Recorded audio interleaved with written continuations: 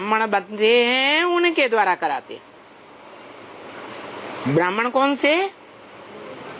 पवित्र होते हैं उनको ब्राह्मण कहा जाता है, या जो अपवित्र होते हैं उनको ब्राह्मण कहा जाता है? विशेष बनने वालों को वैश्य कहा जाता है, पवित्र रहने वालों को ब्राह्मण कहा जाता है, और क्षुद्र कर्म करने वालों को, नीच कर्म करने वालों को शूद्र कहा जाता है। अब हमको नई दुनिया का ओपनिंग, जो पक्का ब्राह्मण होगा, 100% ब्राह्मण बने, उसी के द्वारा कराना होगा या किसी दूसरे के द्वारा कराना होगा? है तो पहला ब्राह्मण कौन? क्यों और ब्राह्मण नहीं है? है और ब्राह्मण इसलिए नहीं है कि ब्रह्म वाक्य है, मुरली का ही वाक्य है। तुम बच्चे जब विकारों की दलदल में पूरे ही डूब जाते हो तो चोटी पकड़ करके खींचता हूं। कौन है ब्राह्मण चोटी? है?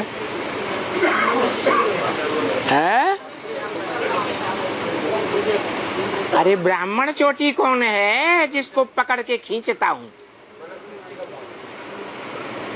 मनुष्य सृष्टि का बाप ही है। जब सारी दुनिया में जलमयी हो जाती है, क्या नदियां, क्या पहाड़, क्या पोखरे, सब डूब जाते हैं। नदियां भी चैतन्य होती हैं या नहीं होती हैं? है? और पहाड़ भी चैतन्य होते हैं, नहीं तो शास्त्रों में नाम कैसे पड़ गया? क्या नाम पड़ा? हिमवान। क्या?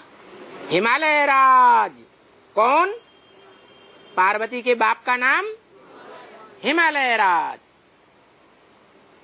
नाम पड़ा ना तो कुछ काम किया होगा ना? क्या ऐसे ही नाम पड़ गया? शास्त्रों में काम किया तो बताया सब डूब जाते हैं। ऐसी जलमयी हो जाती है। पहले ज्ञान की जलमयी होगी सूक्ष्म में, या पहले स्थूल जलमयी होगी? पहले सूक्ष्म जलमयी। दुनिया की हर चीज पहले सूक्ष्म में तैयार होती है। मकान पहले इंजीनियर की बुद्धि में सूक्ष्म में नक्शा आता है, फिर कागज पर नक्शा खींचता है, फिर स्थूल में मॉडल बना के दिखाता है, बाद में स्थूल मकान तैयार होता है। ऐसे ही ये जो ज्ञान जल की जलमयी है, पहले ब्राह्मणों की दुनिया में सूक्ष्म में ज्ञान जल की जलमयी हो जाती है। जब जल की बाढ़ आती है तो बाढ़ में क्या खास बात होती है कि सारे ही प्राणी अंधे होने लगते हैं? उस बाढ़ में इतनी देह अभिमान की धूल मिल जाती है कि देह अभिमान की धूल में सब अंधे हो जाते। उन अंधों के लिए कहा जाता है कामांध, क्रोधांध, लोभांध, मोहांध, अहंकार में अंधे कहा जाता है या नहीं कहा जाता है? तो सारी दुनिया की जलमयी हो जाती है। फिर कोई बचता है या नहीं बचता है? कौन बचता है? जो सत्य है, जो सदगुरु का पार्ट बजाता है, जो सतयुग स्थापन करने के लिए प्रैक्टिकल साकार में निमित्त बनता है, वो एक ही बचता है, जिसको शास्त्रकारों ने शंकर नाम दे दिया है कि शंकर की कभी मृत्यु होती नहीं है। शंकर के माँ बाप का कोई को पता ही नहीं है, उसका माँ बाप होता ही नहीं, उसका जन्म भी नहीं होता, उसकी मृत्यु भी नहीं होती। लेकिन शास्त्रकार भी मनुष्य हुए या शास्त्रों के लिखने वाले भगवान थे? मनुष्य विकारी होते हैं या निर्विकारी होते हैं? तो विकारी मनुष्यों ने शंकर का नाम डाल दिया। अरे अब शंकर भी सत्य और शिवलिंग भी सत्य, तो सत्य क्या दो होंगे? गॉड इज वन कहा जाता है। 2 4 8 तो नहीं कहे जैसे। तो ऐसे नहीं हो सकता कि शंकर भी सच्चा 100% सदाकाल के लिए और शिव भी सच्चा, क्योंकि प्रूफ है। किसका नाम पहले लेते हैं और किसका नाम बाद में लेते हैं? शिव का नाम पहले और शंकर का नाम हो 2 नंबर का हो गया। असली क्या होता है? अव्वल नंबर असली होता है। तो सत्य के हिसाब से असल में सत्य ज्ञान हुआ ना। अज्ञान को सत्य कहेंगे? सत्य को ही कहेंगे सत्य। तो जो सत्य है वो एक आत्मा है। क्या? अगर दूसरी आत्मा सत्य बनती है, क्योंकि वो सत्य स्वयं कहता है सत्यम शिवम सुंदरम, कि मैं जब आता हूं तो तुम बच्चों को नंबरवार आप समान बनाकर जाता हूं।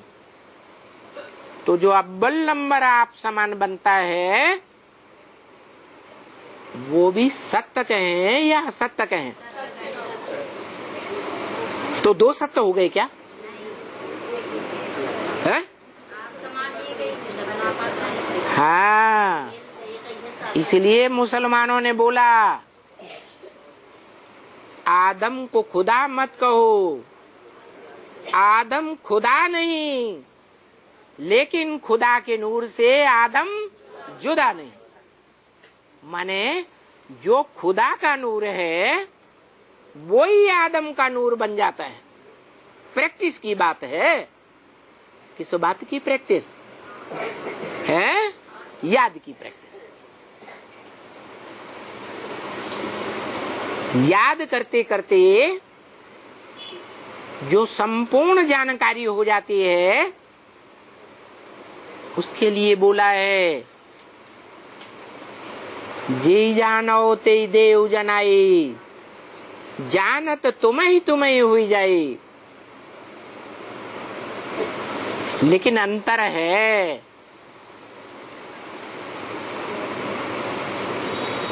जो मनुष्य सृष्टि का बाप है वो सदा काल के लिए सत्य नहीं होता। सदा काल सत्य होता है?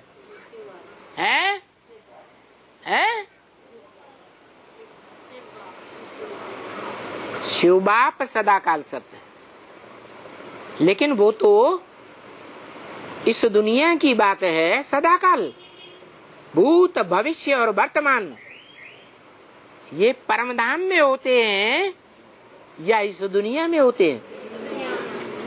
तो इस दुनिया की बात है कि वो निराकार जब साकार सृष्टि में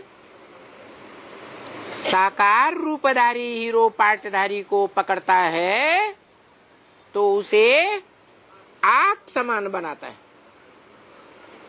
त्रिकालदर्शी बनाता है और बोलता भी है मैं त्रिकालदर्शी तो हूं लेकिन मास्टर त्रिकालदर्शी नहीं।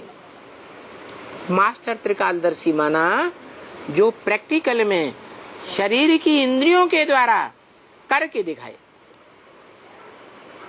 तो वो मैं नहीं हूं। तुम बच्चे नंबरवार बनते हो, इसलिए बताया कि सत्य तो है।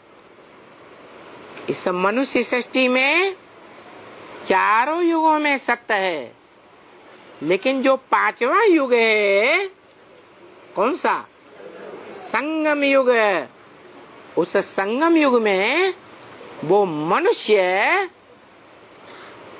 नर कहा जाता है ना, जिसे वो नर नारायण बनता है। नर नारायण है पहले से ही या बनता है?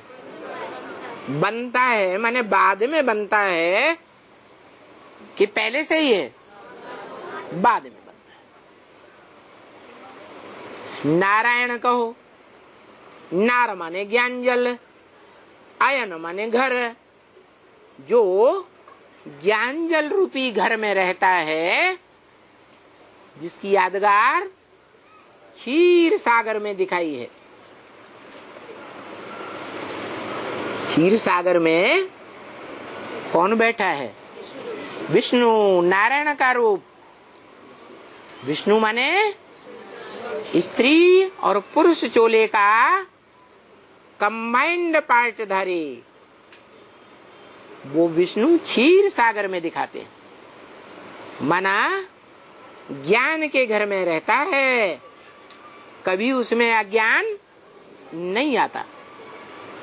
तो बताया कि जब से लक्ष्मी नारायण का जन्म होता है तब से ही विष्णु का आना हो गया,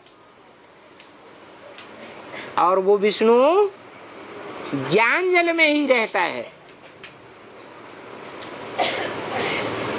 देह के अज्ञान में आता ही नहीं। मन बुद्धि रूपी आत्मा की बात है।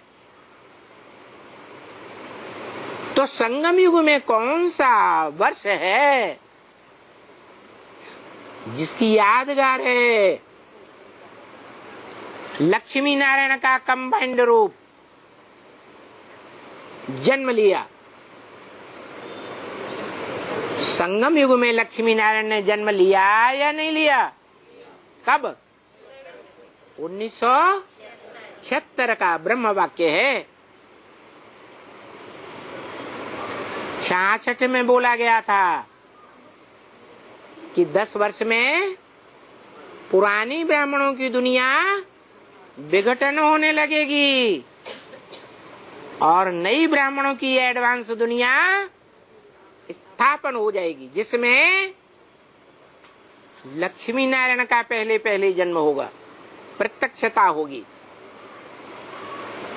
तो वो लक्ष्मी नारायण का कंबाइंड रूप कहो, मनसा बुद्धि के आधार पर दोनों के अंदर सुख के संकल्प चलेंगे या दुखी होने के संकल्प चलेंगे?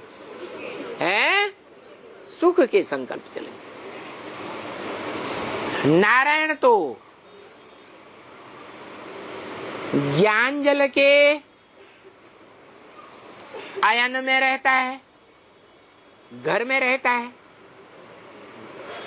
ज्ञान के आधार पर बुद्धि से जो साक्षात्कार होते हैं उनके आधार पर सुखी रहता है।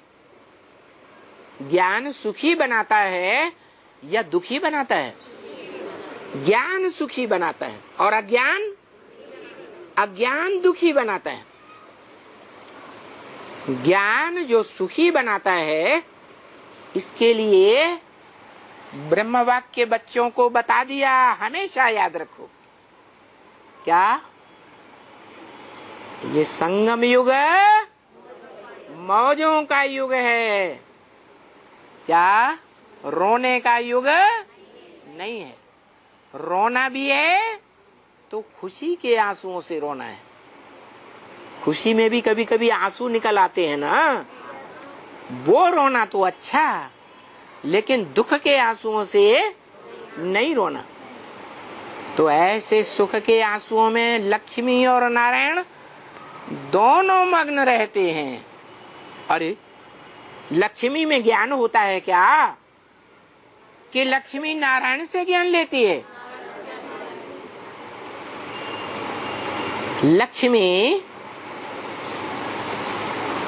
लक्ष्मी बनने से पहले चंद्रवंश में होगी या सूर्यवंश में होगी? चंद्रवंश में उसका नाम होता है राधा। हमारे यहाँ परंपरा है कि मायके से कन्या जब ससुराल में आती है तो उसका नाम बदल देते हैं। तो जो राधा पहले चंद्रवंशी होती है, वो चंद्रवंशियों में, चंद्रमा में सूर्य की तरह ज्ञान होता है? होता ही नहीं। वो तो चंद्रमा तो सूर्य के प्रकाश से प्रकाशित होता है। तो उस चंद्रमा के कुल में पैदा होने वाली जो चंद्रवंशी राधा है, उसमें ज्ञान होगा? नहीं हो सकता। फिर किस आधार पर सुखी रहती है? में जो पढ़ाई पड़ी है। हाँ, माताओं में भावना ज्यादा होती है, कन्याओं में, या ज्ञान ज्यादा होता है? माताओं की बुद्धि ज्यादा तीखी होती है या दिल दिलावर होता है? दिल देखें तो माताओं में ज्यादा होता है। भावना दिल की चीज है, बुद्धि की चीज नहीं है।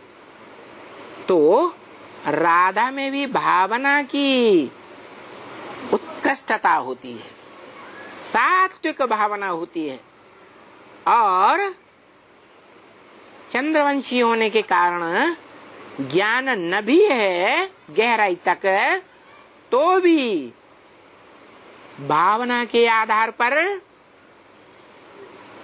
भक्तों को भगवान क्या देता है?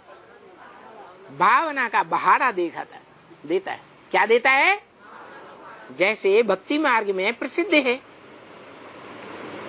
सूरदास को साक्षात्कार हुआ। सूरदास खुश हो गए कि नहीं? हो गए। तुलसीदास को साक्षात्कार हुआ। दुनिया वालों ने तुलसीदास को ठोकरें मारी। अरे राम राम राम राम, ये हिंदी में लिखता है शास्त्र। उन्होंने पहली बार शास्त्र लिखा हिंदी में, रामायण, तो थू थू कर दिया। भगवान ने उनको साक्षात्कार करा दिया, प्रसन्न हो गई आत्मा। तो भक्ति मार्ग में थे या ज्ञान मार्ग में थे? भक्ति मार्ग में थे। ऐसे ही मीरा को साक्षात्कार हुए। दुनिया वालों ने, परिवार वालों ने उनको धक्के मार दिए। भगवान ने क्या किया? मीरा को साक्षात्कार करा दिए। बैकुंठ का साक्षात्कार, कृष्ण का साक्षात्कार। ऐसे साक्षात्कार में मगन हो गई कि उसकी बुद्धि में बैठ गया कि मुझे प्रैक्टिकल में, साकार में कृष्ण मिल गया पति के रूप में है। और जैसे माताएं होती हैं, अपने पति को नाम लेके नहीं बुलाती हैं, क्या करती हैं? सुनो जी, सुनो जी, नाम नहीं लेंगी। तो मीरा क्या कहने लगी? सुनो जी। तो देखो, भावना इतनी पक्की थी। ऐसे ही चंद्रवंशी राधा को जब चंद्रवंशियों में चंद्रमा की गोद में पलने वाले, जिसने भी दूसरे धर्म के राक्षस संप्रदाय कुकवंशावली ब्राह्मण बनते हैं, नीची कुरियों वाले ब्राह्मण, शास्त्रों में ब्राह्मणों की 9 कुरियां गाई हुई हैं। सबसे ऊंचे ते ऊंची कुरी है सूर्यवंश, और बाकी सब नीची कुरियां हैं। तो वो नीची कुरी के ब्राह्मण कुखवंशावली ब्राह्मण होते हैं। वो ब्रह्मा के मुख से निकली हुई ईश्वर की वाणी को नहीं मानते, ध्यान ही नहीं देते। बस ऐसे देह अभिमानी सांढे हैं, उन्हें ब्रह्मा की गोद ही पसंद आती है, कोख पसंद आती है, क्योंकि वो आत्माएं द्वापर युग से, द्वैतवादी युग से दूसरे दूसरे धर्मों में कन्वर्ट होती रहती है। भारतवासी सदैव कन्वर्ट हुए हैं। जो ब्रह्मा की गोद में खेलते रहे वो भारतवासी।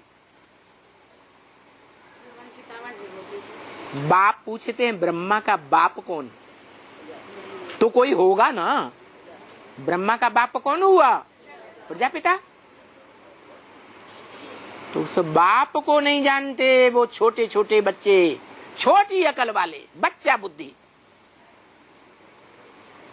ये चंद्रवंशियों से लेकर के